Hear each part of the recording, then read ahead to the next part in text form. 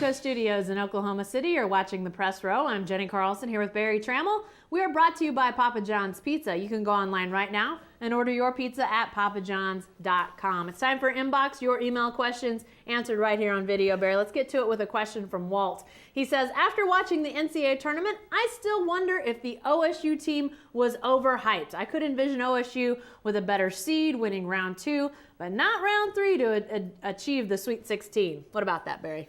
I disagree. I don't think OSU was overhyped.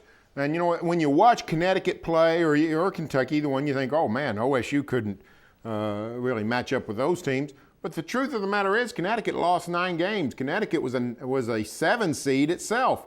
So the Cowboys, I don't think the Cowboys were capable, even at full strength, of winning a national title. They weren't quite big enough and strong enough inside. But when they had Michael Cobbins, they were clearly Final Four caliber. They could have made the Final Four. You got to play well down the stretch, and when you get to March, you got to play well. It's what OSU didn't do. It's what Connecticut did. That's what Wisconsin did. That's what the Final Four teams did.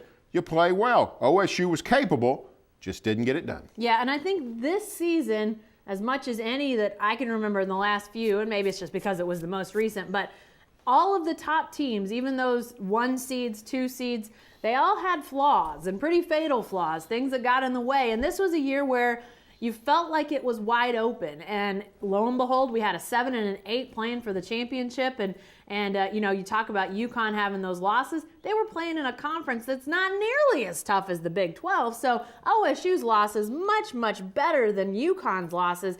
I really felt like if the Cowboys could have got some momentum going, they had a chance to win some games, and they did get some, but it ultimately wasn't enough. Yeah, I think with Michael Cobbins, you could have seen him winning several more games in the NCAA tournament, but obviously that didn't work out. All right, what about this one from Dell, Barry?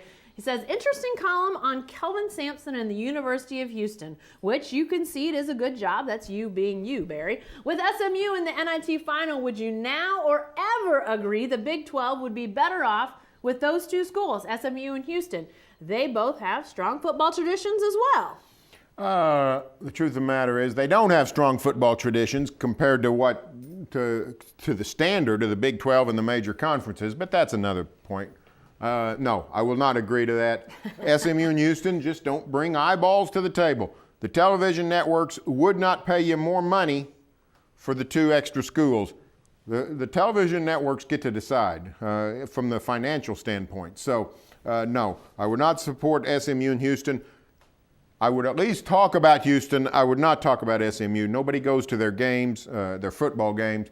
Larry Brown staged a mini revival in hoops. Anybody think Larry Brown's going to be the coach at SMU in 4 years? So, no, Kelvin's going to do well at Houston. I wish him well. I don't see any future for Houston or SMU in the Big 12. No, I would have to agree with you there. Yeah, I mean, they're obviously Texas schools.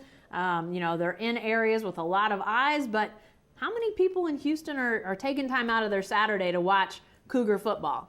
I'm guessing not a ton. Not yet anyway. Maybe there'll come a day when I'll eat those words and, that'll be okay. But right now, that's just not where they are, and they haven't been for a long time. So that's a lot of what this is when you think about Big 12 expansion. So, you're still, you got to think about where are the eyes, where are the TV viewers, and those are the type of schools. If the Big 12 is going to expand, they're going to expand too. I just don't see SMU and Houston being those type of schools. All right, what about this one from Tom? He says, I was once told that Wilt Chamberlain never fell out of a game during his professional career.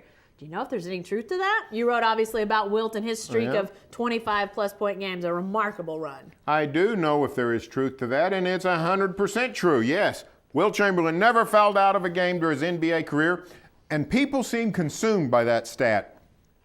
I am the president of the Wilt Chamberlain fan club, but this might be the least impressive thing about his career. To me, it shows that Wilt wasn't as aggressive on defense as he needed to be.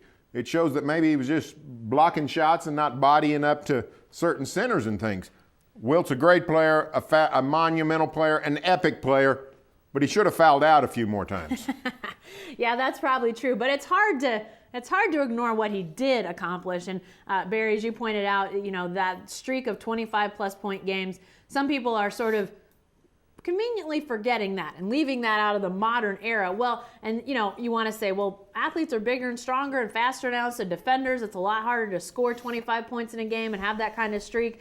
But I thought some great stuff you brought up. The fact that when Wilt was in the game, they weren't flying in some sort of fancy pants, team plane. They were flying commercial or driving by car.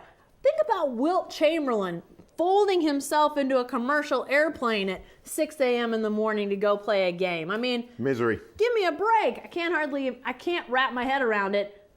Thankfully, I don't have to. I'm only 5'5". All right, back to the inbox. This one from Gregg. He says, OSU is going to beat Florida State by more than 9 points. OSU will score over 40, and FSU might make 30. Tyreek Hill, think a fast Joe Washington or a more elusive Gregg Pruitt. Gregg is clearly on the Tyreek Hill bandwagon, thinks he's going to totally change that opener, Barry. Let me give you the killer crossover. Gregg's actually an OU fan that he emails me all the time, but he is so big on this OSU team and this game against Florida State. I keep trying to tell him, settle down, big boy, settle down. OSU's got a lot of defensive questions. They're going to be starting a revamped offensive line. I think it'll be J.W. Walsh, so they'll be experienced at quarterback, but very tough opener for the Cowboys. Tyreek Hill might be the next Joe Washington. He might be the next Gregg Pruitt. He also might be, the latest track guy who's a bust on the college football gridiron. We're going to find out. I just don't have a lot of confidence that against a team that good and that talented and that experienced, Florida State, that the Cowboys can make a big impact in the season opener. I'm all for it, Gregg. And if OSU wins, you email me and said, I told you so. But I think the Cowboys have an uphill battle down in Arlington. Here's what I think about that opener against Florida State. I think had last year's OSU team, with all that experience on defense, all that talent, had that team gone into this opener against this Florida State team coming off a national championship, and go ahead and throw in Tyreek Hill if you want to. Go ahead and put him on that team.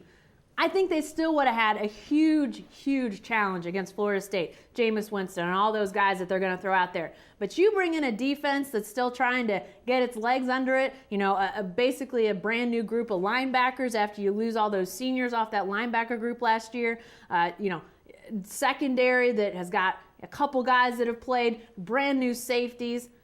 I just think it's going to be tough, Barry. And that's just the defensive side of the ball for the Cowboys against Florida State. Would I love to see them win that game? Absolutely. It would make people around here go crazy. It'd be an awesome, awesome scene to see how that goes. I just don't think it's going to happen. I like this OSU team. I think they're going to win more ball games than maybe people think. But I don't think they're going to beat Florida State by a couple points, couple touchdowns. I don't think that's going to happen. Hey, be sure to stay with the best coverage team anywhere at newsok.com and every day in the Oklahoman.